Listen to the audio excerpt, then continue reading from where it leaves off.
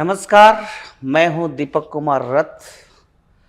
उदय India digital में आप सबको बहुत स्वागत है। आज हम आप पहुंचे हैं Swami Vivekanand institute of professional studies और हमारे साथ भिप्स के चेयरमैन डॉक्टर एस.सी. वत्स साहब है। मैं उदय इंडिया की तरफ से डॉक्टर साहब आपको नमस्कार कर रहा हूं। डॉक्टर वत्स सही महीने में बचपन से आज 78 ईयर ओल्ड उनको हुआ है और उन्होंने हमेशा से स्वामी विवेकानंद जी का विचार, उनकी वाणी, उनकी हर बात उन्होंने अपना जीवन में लगाया। चाहे उनका राजनीतिक जीवन हो, चाहे इस संस्थान को प्रतिष्ठा करना हो, या अपना दैनंदिन जीवन जो है, अपना सामाजिक जीवन है। जैसे स्वामी जी का इच्छा था कि वर्क फॉर द डाउन ट्रेडन, समाज का जो श्रेष्ठ स्थान में खड़े हैं उनके लिए काम करना, ऐसे डॉक्टर साहब का हमेशा से विचार रहा है। और दिल्ली में ऐसे कम ही लोग होंगे जिन्होंने, आपको जानते नहीं क्यों कि डॉक्टर साहब राजनीतिक जीवन, सामाजिक जीवन और एक आध्यात्मिक जीवन के साथ बहुत डीपली इन्वॉल्व है। तो मैं डॉक्टर साहब को आज पूछना चाहता हूं, डॉक्टर साहब, एक राजनेता, एक समाज सेवी और उसके बाद ये एक प्रोफेशनल एजुकेशनल इंस्टीट्यूशन आपने खड़ा किया दिल्ली में, और आईपी यूनिवर्सिटी का एक बहुत नाम है आपकी कॉलेज का, बच्चे तरसते हैं आपके वहाँ एडमिशन करने के लिए। ये किसकी इंस्पिरेशन था जो आपने आज शिक्षा का एक इतनी बड़ी संस्थान खड़ा कर पाए? कौन थे वो? दीपक जी, मैं जब 30 साल का था तब से मैं रामकृष्ण मिशन से जुड़ा हुआ हूँ। करेक्ट। और दिल्ली का जो रामकृष्ण मिशन है उसकी मैं प्रबंधन समिति का सदस्य भी रहा हूँ। मेरी दीक्षा स्वामी भूतेशानंद जी महाराज, जो प्रेसिडेंट महाराज थे रामकृष्ण मठ के, उनके द्वारा हुआ मेरी दीक्षा। और स्वामी जैतात्मानंद जी ने अद्वैत आश्रम जो मायावती हिमालयस में है, वहाँ पर उन्होंने इस बात की परिकल्पना की और एक सोच विचार आया उनके दिमाग में कि विवेकानंद की बात हर व्यक्ति करता है, उत्तिष्ठता जागृता प्राप्य निबोधता, rise awake and stop not till the goal is reached. Each soul is potentially divine. You have to manifest the divinity within by controlling nature, external as well as internal. You may do it by work, worship, psychic control, or by philosophy, maybe by more than one. But you have to be free from the bondage of life. उनका जो जीवन दर्शन है वो जीने से ही पता लगता है।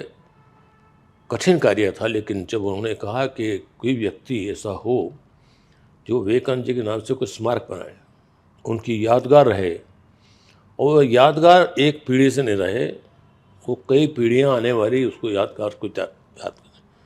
आज Vivekananda institute of professional studies में 7,000 बच्चा पढ़ता है और 350 शिक्षक है।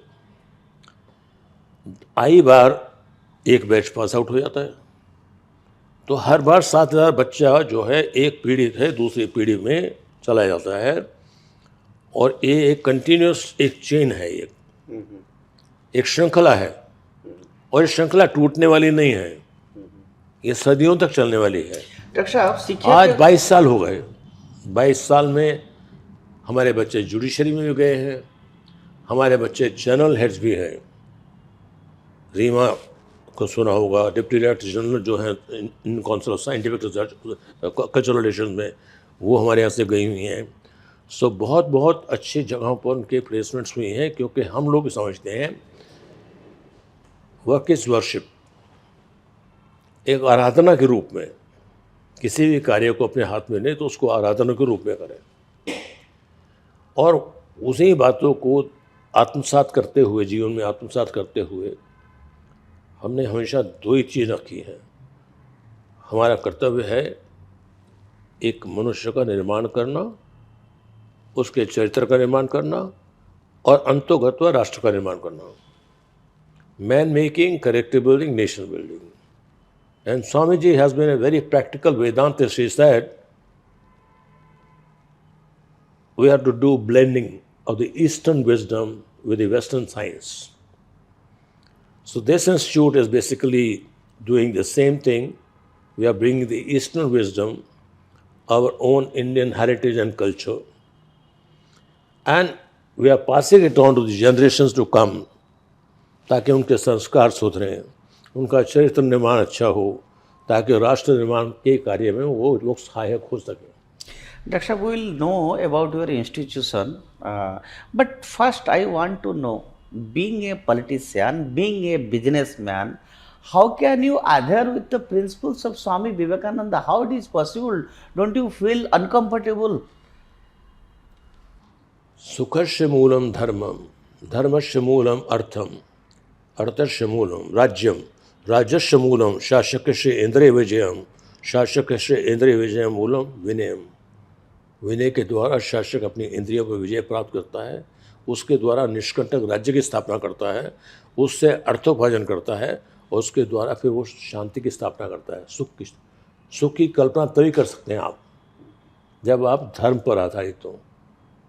righteousness in life. यदि आपका वो आचरण नहीं है, if you don't have the right conduct, sense of duty, sense of responsibility, you cannot build an institution like this. Doctor साहब, गीता में भगवान कृष्ण ने कर्म के ऊपर बहुत प्रायोरिटी दिया है और आप एक तरह से कह रहे हैं कि हमको सुख चाहिए, हमको मोक्ष चाहिए. At the same time, at the age of 78, कर्म आप फिर वो माया के साथ भी जुड़े हुए हैं. तो कैसे ये संभव हो? नहीं, कर्म ये जो है काम, अर्थ, धर्म, मोक्ष, ये 4 अवस्थाएं हैं जी. काम, अर्थ, धर्म, मोक्ष. मोक्ष जो है, स्वामी जी ने कहा, you should not only work for your own salvation. आत्मनो मोक्षार्थम जगत हिताय च. You should not only work for your own salvation, but you should also work for the salvation of others. How can I liberate others from poverty, from hunger, from deprivation? I can only do when I empower them with the finest of education. Empowerment takes place. So I'm not too much. This institution is just cutting across it. NAAC, National Assessment Accreditation Council, A++, which is the highest grade for any education institute to get. Correct. Our courses are accredited by the National Board of Accreditation, the highest accreditation. So we are not doing a run-of-the-mill institution. It is distinct by its character that we impart quality education much more than what is given the syllabus of the IP University. There is an inner space here where meditation is practiced. So we are not virtually only imparting formal education, we are also imparting values to a student who is studying here. Dr. Sahab, you said that you are more concerned about the deprived classes, about the downtrodden. And what really you are doing through this institute for the economically backward people or poor students? Are you doing something like that? I shall give you one example. Our NSS this Diwali reached out to the neighborhood slums, and there we involved them in diya making, earthen lamps. Not only they were involved, but in every house, our NSS boys and girls, they distributed half a kg of sweet and 10 earthen lamps to each one of them. So their houses get lit up. And then regular classes are held for the students, for the wards. Our teachers engage themselves after 4 o'clock, 4 to 5, and sometimes from between 2 to 5. So we have regular classes for the students who are belonging to the neighborhood slums. But Dr. Sahab, suppose a bright, intelligent student, poor student will come to you. Will he be able really to get admission in Vivekananda Institute of Professional Studies? You see, is there any? The admissions are regulated by the IP University. 5%, 10% of the quota is management quota, which is based on the basis of marks obtained at the qualifying examination. That is 10 plus 2. Okay. The higher the marks, he or she will get. What we do is, for people who cannot take admission here, during COVID, can you imagine 40% of the students were completely exempted from fee. They could not pay. Some of them paid only half fee. Some of them paid only 25% of the fee.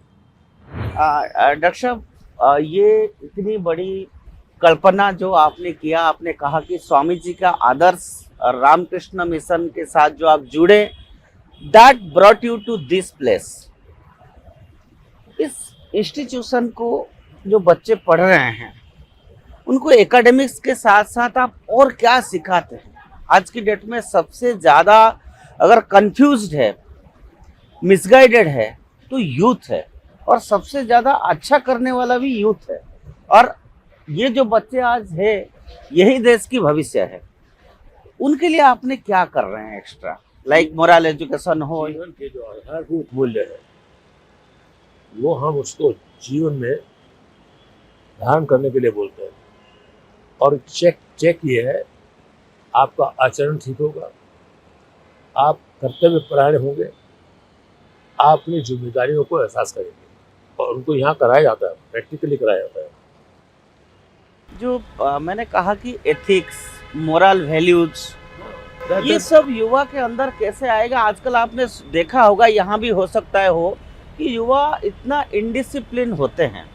वो जो संस्कार था, आज वो चीजों में थोड़ा फर्क आया है, गैप आया है। आप how you are infusing the ideology here? यहाँ मनोवैज्ञानिक, एक पूरा मनोवैज्ञानिक यहाँ अपॉइंटमेंट किया हुआ है। साइकेट्रिस्ट रहता है, साइकोलॉजिस्ट है, पूरे साइकोलॉजिस्ट है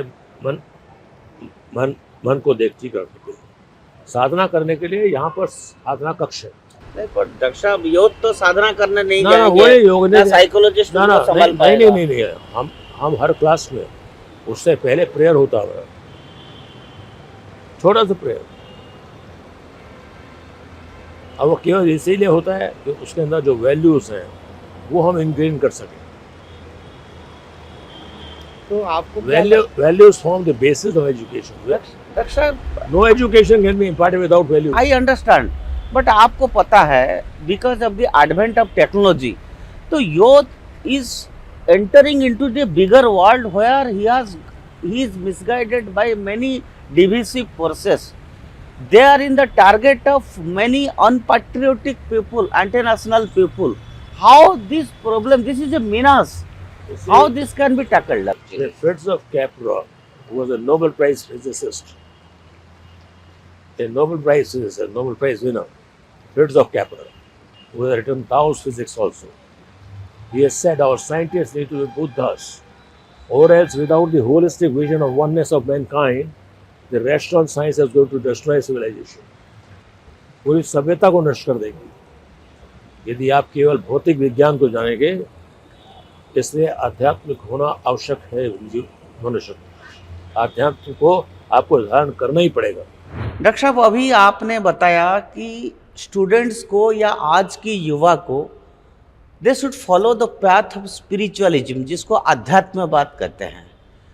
वो क्यों युवा के लिए ज़रूरत है? और आप यहाँ पर इस संस्थान में बच्चों के अंदर, युवा के अंदर अध्यात्मवाद आए, उसके लिए क्या प्रयास कर रहे हैं? हमारे दर्शकों को आप बताइए।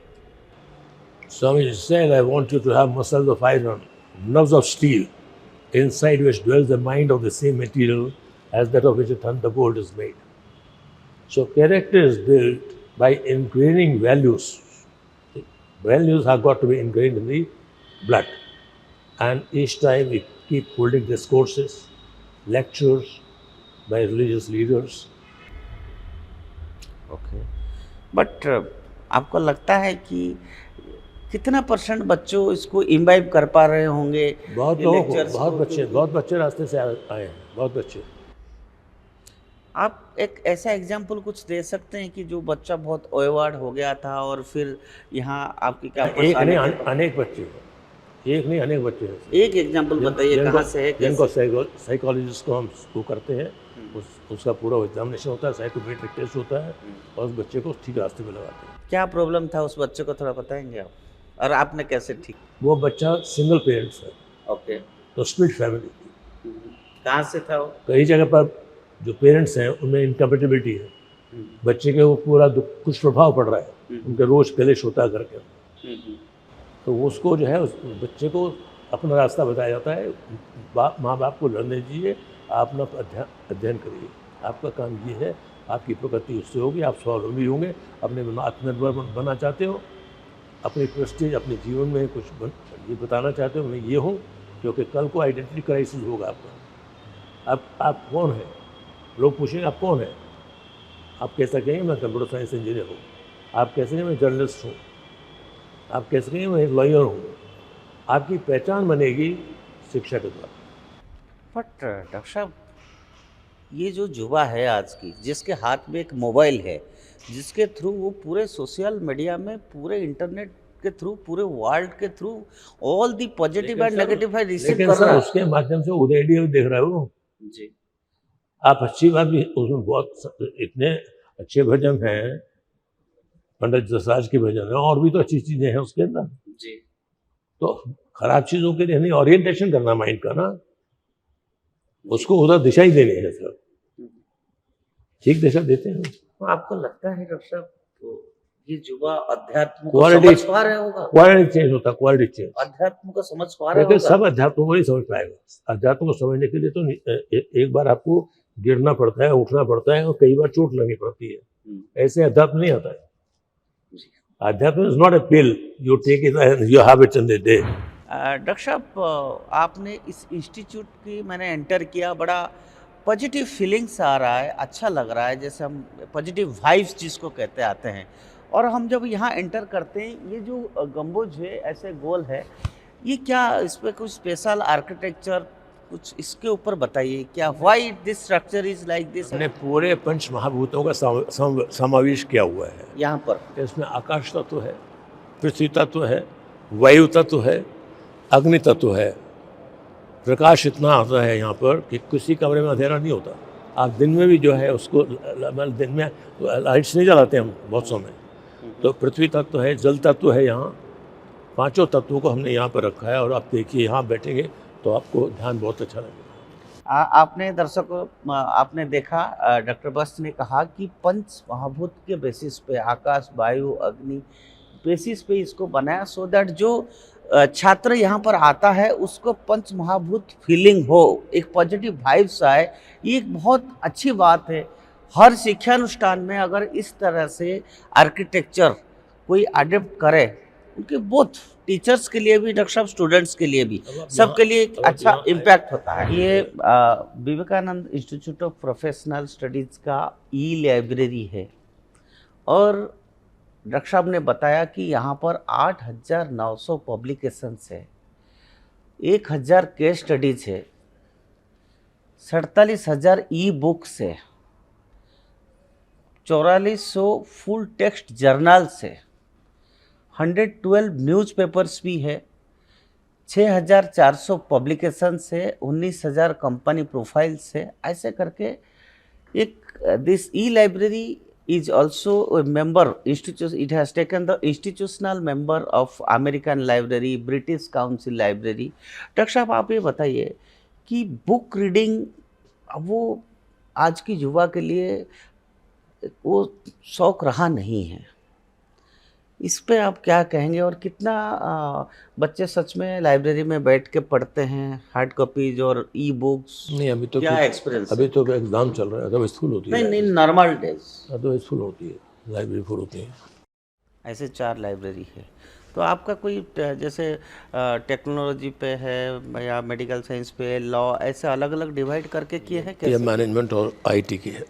मैनेजमेंट एंड आईटी लाइब्रेरी है ये। अभी मैं दर्शकों को ये बताना चाहता हूँ कि Vivekananda institute of professional studies का ये फैकल्टी डेवलपमेंट सेंटर है। मेरे साथ डॉक्टर बस इसके चेयरमैन बैठे हैं, और इस जगह पर फैकल्टी डेवलपमेंट प्रोग्राम्स होती है। डॉक्टर साहब, आप हमारा दर्शकों को ये बताइए कि एक शिक्षकों को आप किस तरह से फिर से ट्रेनिंग देते हैं और क्या क्या ज़रूरत पड़ता है उनका ट्रेनिंग समय टू समय, जिसके लिए ये आपने स्पेशली बनवाया है? देखिए, नेशनल एलिजिबिलिटी टेस्ट जो है एमफिल एमकॉम करने के बाद या कोई भी मास्टर्स करने के बाद, पीएचडी करने के बाद, उसको teaching is a performing art. The teacher has to perform each day in the class, and the improvement on the next day has to further improve upon. You can't remain static. Whatever you are today, you are a different person tomorrow.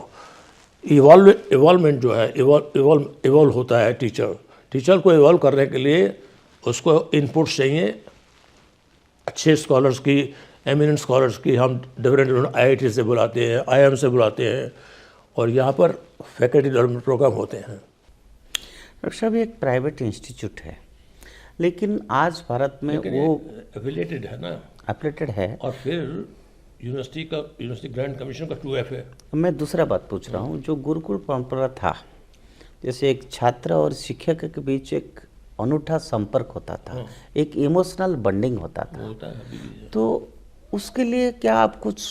हमारे 75% से कम किसी का attendance नहीं होती है. नहीं, मैं attendance की बात ही नहीं कर रहा हूँ. मैं कह रहा हूँ कि एक गुरु और शिष्य परंपरा जो था, आज की डेट में जो मॉडर्न एजुकेशन सिस्टम है उसमें वो चीज़ें रहा नहीं है. आज आपने देखा है तो गुरु नहीं रहे हैं, जो गुरु है उसके तो पीछे दौड़ता है बच्चा. जी, आपने अभी भी सुना होगा, दिल्ली गवर्नमेंट स्कूल के टीचर ने एक बच्चे को फेंक दिया था, फर्स्ट फ्लोर या सेकंड फ्लोर से नीचे फेंक दिया. तो ऐसा नौबत क्यों आना पड़ता है? टीचर्स इतना वो टेंस क्यों रहते हैं? तो एक गुरु शिष्य परंपरा को बचाने के लिए और गुरु को A true teacher is always a compassionate person, is full of love and affection for the students, can never spread hatred. तो टीचर्स की एंटरटेनमेंट के लिए आप कुछ प्रावधान रखें उनके लिए, मेडिटेशन सेंटर हो या स्टूडेंट्स को? मेडिटेशन सेंटर है.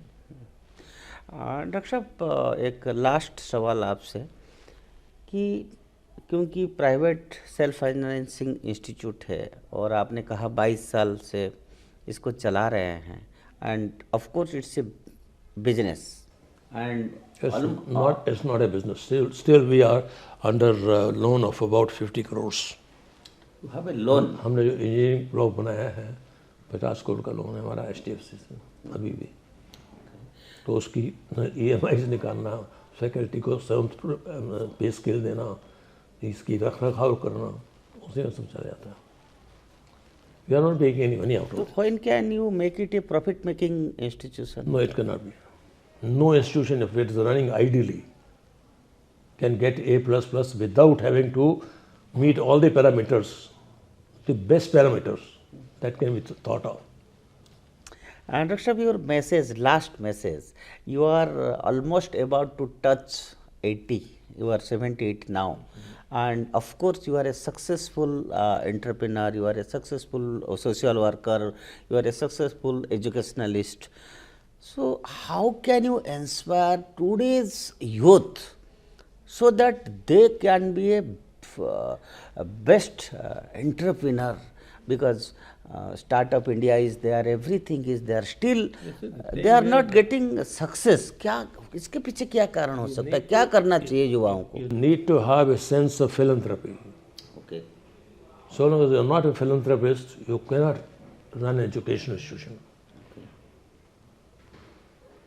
So you have to basically and fundamentally be a philanthropist, Okay. and should practice all idealism in life. Doctor साहब, आपने ये फील नहीं किया कि आज की युवा के पास नॉलेज तो है बट विजडम नहीं है? You see, knowledge is essential. It's almost accumulation of information. But wisdom comes after a lot of